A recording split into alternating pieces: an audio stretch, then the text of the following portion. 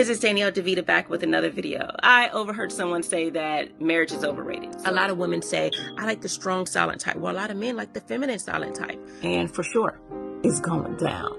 So a lot of times people are not getting the value. When to speak and when to be quiet is one of the most powerful. She's going to be aggressive, thinking that. And as someone who's been married for 12 years, she's driven, not lazy. And this will make yourself and get on the right path. That understand that you might be doing a disservice to your daughter.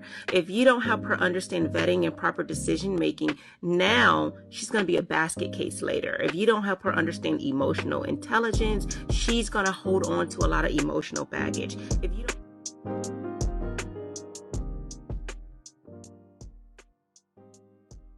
Thank you for tuning in to another episode with Mrs. Danielle DeVita. I am a relationship and femininity coach, and my goal is to help both men and women be in relationships that's best for them. So I am going to go into detail a little bit about something that I talk about often. I talk about how a man leads, right? I give the acronym for LEADS, L.E.A.D.S. And today I'm going to talk about the L and the E. And I'm going to do a two-part because I know you guys don't like to listen to long stuff. So I am going to talk about the L today and the E on Thursday. So bear with me here. So for those who do not know what LEADS is, it's a term I coined. L stands for love. A man leads in love, right? E, he elevates those around him, not treat them like gum at the bottom of his shoe. And then A is aspires for greatness. D is dedicated to the things and the people who he says he loves. S is a man who serves his community through his gifts, expertise, talents, knowledge, and all of those things. Basically, he's living out his purpose. This is a man who does not believe in just making babies, but creating legacies. And he's careful of who he creates these legacies with, i.e. the woman who he creates a child with. So this is a man who you should want to be with if you're a woman. This is a man who leads. This is how he leads, right? Through the love, elevation, aspiring for greatness, dedication, and serving his community. So today I'm going to talk about the L, and then I'm going to just save the other part for Thursday and talk about the E. So let's get started. First, I have been married for 13 years. So this is based on my knowledge, my expertise as a married woman, also during the time when I was dating, and through countless of coaching that I have done, listening to both men and women. And just also, if you're one who has a father, you probably know that when your father speaks to you, especially hopefully if he's a good father, there's not a heavy condemnation in his voice, but a way to help you want to be better. And you listen to him, right? And usually because you know it's coming from a place of love. So again, L stands for love. He's leading in love, which means although so again, now we're talking about your husband, or if you're vetting, you have a boyfriend, you're vetting for a husband, you want this man to lead in love. What is that? Although he may be, handling the situation or being the leader in that situation, making a decision for your household and what needs to be done on behalf of the family, he's not doing it in a way that makes you feel beneath him. Where you are lower, right? Because as I say that although we're not equal, and when I say equal is in our status in the household, because I do believe men should be the leaders. However, although we have different functions in how we operate, just like children, right? Children should be loved, but they're not equal in decision making in the household, right? But you still all have value, and he's going to treat you with value. He's going to talk to you, and he's going to touch you as if you have value. So when we talk about equal, we're not talking about that there is no equity in the value of you both in that relationship. You are equal in value, but you're not equal in function. Your functions are different. Just like on the job, there's different types of managers. You have a manager who is the overhead manager. He's over the whole entire department, but you don't see this particular manager often. You just see them for larger meetings and larger situations. However, on a small scale, you see your day-to-day manager, your immediate manager. This is the one that's handling the team, the day-to-day activities. You see this manager often. There's a difference between the head manager and your immediate manager. It doesn't mean that they're not equal. It just means they serve different functions. So they're not equal as far as what they need to do. As a woman, as a wife, my husband is probably not looking in the day-to-day of all the details and the research of what's the best schools, as far as their lunches, as far as their breakfast, and all of these small details. Maybe even the grocery list. They may not, your husband may not know all the details of that. Not even in the clothes, even that you guys purchase, the decoration of the home. They may not go into detail of that, but there are going to be some things that you know that they're going to be over, whether it be the finances, whether you are working or not, whether it is, the level of bills that you guys have to do. Maybe it's just the purchase of the home or the apartment that you have. Maybe it's where you guys stay, but he lets you, take care of these other day-to-day things that he's not even aware of in full detail. Not that he doesn't know about it, but he's not aware in full detail like you would. You've immersed yourself into this particular situation. And a lot of times we like to say, well, what is he doing? What is, I want to be equal in all of these things. And I'm telling you, you don't. You don't want the stress of all that he has to deal with. So understand that, right? So understanding that a lot of people don't like the idea that we have different roles. Well, I don't want to have the same role as my husband when it's time for the protection.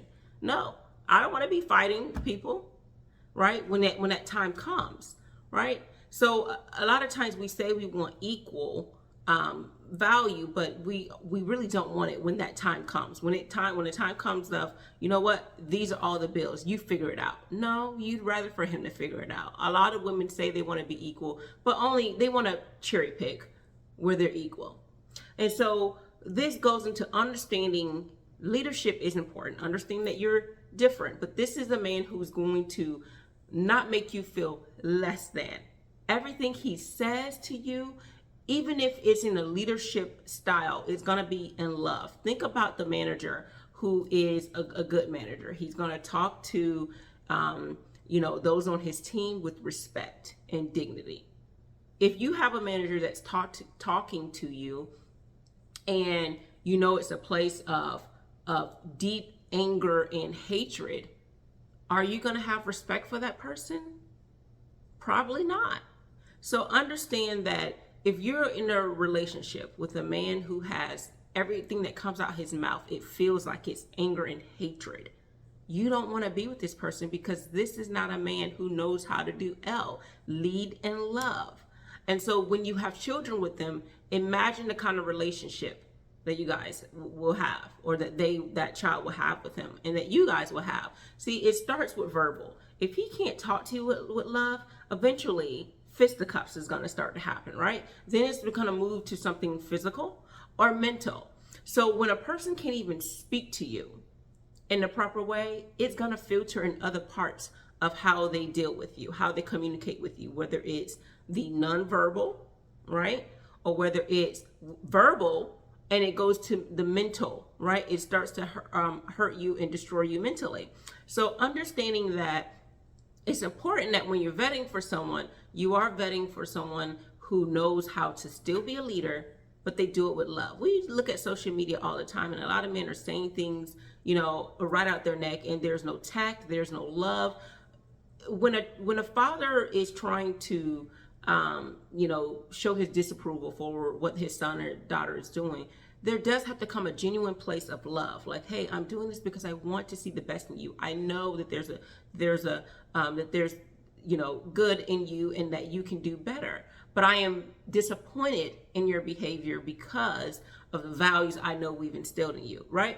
So when you think about it in the context of a husband, and if you're dating, when you think about a boyfriend, they are looking for the best in you and seeing all that you possibly can do and be a better person. So if they're saying, you know what, that behavior that you had, that attitude, that disrespect for this person or that person, or the lack of care here, that is a form of disrespect. However, I am going to show you my disapproval, but I'm not going to show you that I hate you because of it. I am not going to show you that you are a piece of trash to me, right? I'm still going to speak to you with care.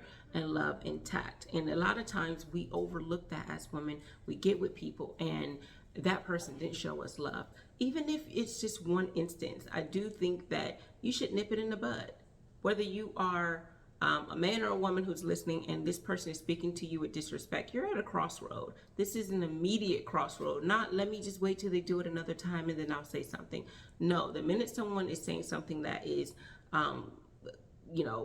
whether you feel like, oh, they didn't mean it, that hatred or however they sounded, they didn't mean it because they were just angry about X, Y, and Z. Well, when you go to work, do you think that's going to fly with your manager that you cursed him or her out because you just had an issue at home yesterday? No. There still has to be some level of order and decorum and respect involved. And especially when it's supposed to be someone that you care for, especially this is your spouse, especially this is the mother or father of your child. So you want to make sure there's a crossroad. Hey, you've crossed the line. This is disrespect. This is, if you're disapproving of something, that's fine. You can express your disapproval. You can express your disappointment. You can express your, your anger, but how you do it is also important. If you show your disapproval and disappointment and anger and all of that through violence, through some type of mental or verbal abuse, that's also something that's wrong. So there has to be a level of decorum. There has to be tact in how you express your anger. It's okay to have emotions. How you express those emotions determines your actions. It determines also consequences. And sometimes I believe certain consequences should come to an immediate end of the relationship, depending on how they are. So if you've grown up in a household and that's normal to you, just so you know, just because you've grown up around it often doesn't make it okay, and it doesn't make it normal. It just makes you desensitized to it, right? You are used to something. You've tolerated it, but it doesn't make it okay.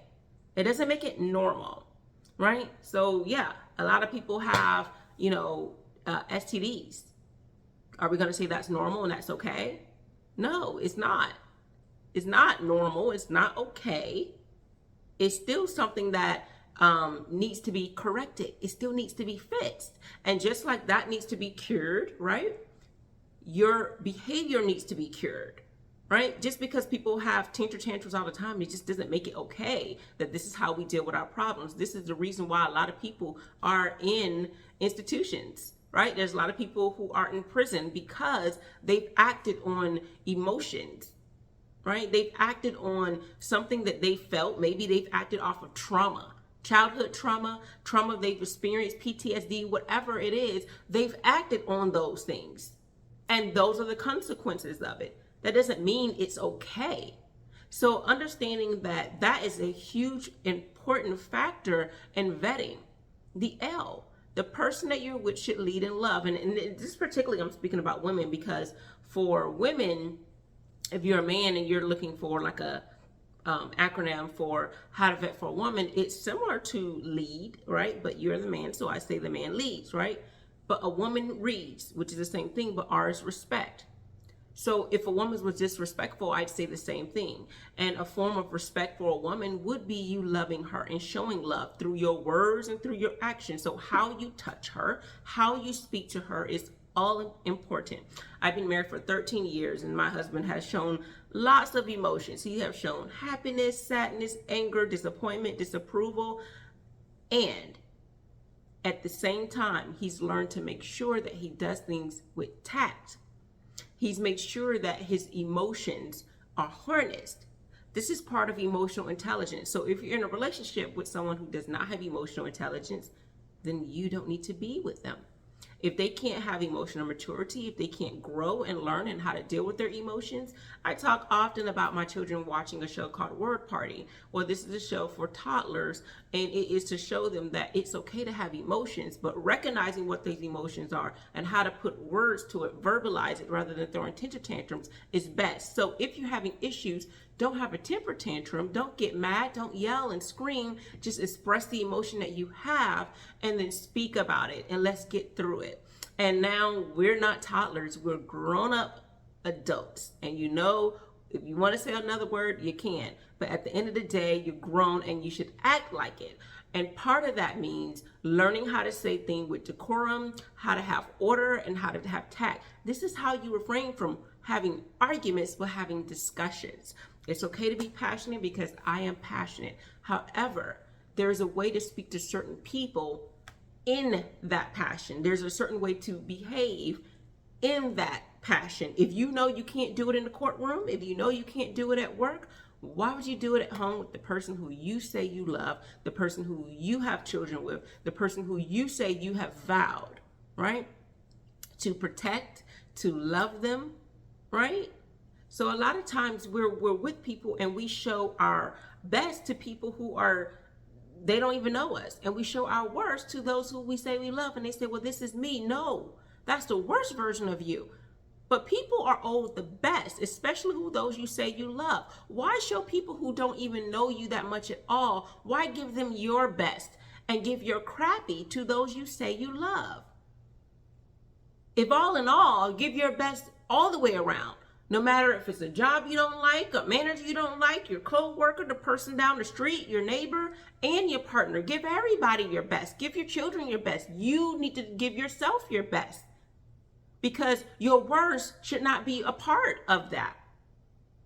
Try and do and be your best. And part of that is having tact in things that you do. And if you don't know what tact is, there's a level of strategy that you need in how you convey your message. Again, that message could be something that's verbal, something physical. How are you going to communicate that message in a way, in a delivery that people are going to be able to receive? If I am a woman and I am berating men, but there's truth in what I'm saying, they're still not going to listen to me. Why? Because they feel that I'm disrespectful, and all they hear is disrespect, not truth. Well, if you're a man, I'm telling you as a woman, women feel the same way. We are not going to hear your truth. We're going to hear your blatant disrespect towards us and how you speak to us. There's a lot of people on social media where I can easily say, yeah, a lot of what they're saying is true, but it comes in a place of condemnation, right?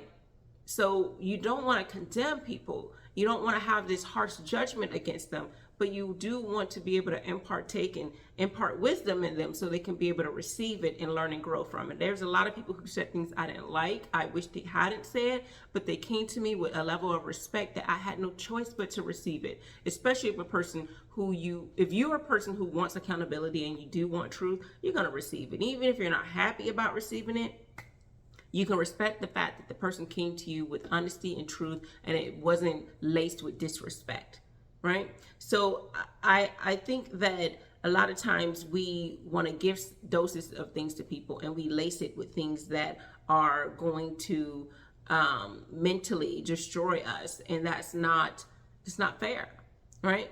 Because what you've done is whatever you've laced, what dose of what you're giving them, all they're going to know is, I feel like I've received some level of poisoning, right? I didn't receive truth. I received the side effect of what was given to me. And sometimes people's side effect can be either doused with too much sugar. It can be laced with too much hot sauce. But I believe in giving it to people straight. Sometimes people put too much hot sauce, or people sugarcoat it so much that people are not able to receive what the truth is because it's laced with too much crap. So understand that. L is highly, highly important. Leading in love. This is how you lead in love. If you're a man, say what you have to say, but come with love. And it's not enough to say, I don't mean any disrespect or no offense, and then follow up with the offense, right? But it's to say, you know what? I love you. I know you can do better. And this is not you. This is not the best. This is what I want. This is what I want to see in a partner. I like people who have maturity and intelligence. Your behavior lacked that. So there's a way to be honest with someone and not disrespectful. You're saying what you want in a relationship, what you value in a relationship, and what this person is not offering. That's okay. We can talk more about leading in love, but a lot of times the reason why it's hard for a lot of people to lead in love is because no one let them in love.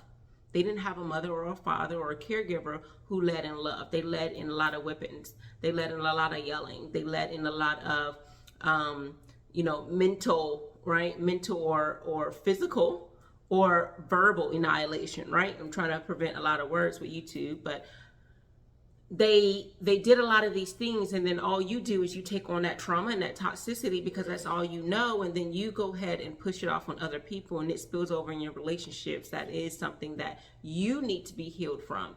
How to deal with people, how to have conversations with people that doesn't end in toxicity. And a lot of times people fail to realize that when you're in relationships that are toxic, you are going to create children in that same unhealthy relationship, and they're going to grow up and they're just generational curse because no one has learned how to heal and how to be healthy, how to have these healthy conversations. A lot of times people like to use the word, but that's just me. That's not you. That's the worst version of you. If that's supposed to be you, why should someone be with the worst version of you? The best is actually you. That's all you. The worst part of you is not you. It's your lack of healing. That's your trauma all over you. That's your PTSD all over you. That's your fears all over you. That's not you. You're tainted with all the toxicity that bred from the relationship of your past. That's not you. Now, once you strip yourself from all of that unhealed relationship, then the true you is there. So now that we finished that part, I'll see you guys on Thursday talking about the E, elevating those around you. Thanks for tuning in. See you on Thursday.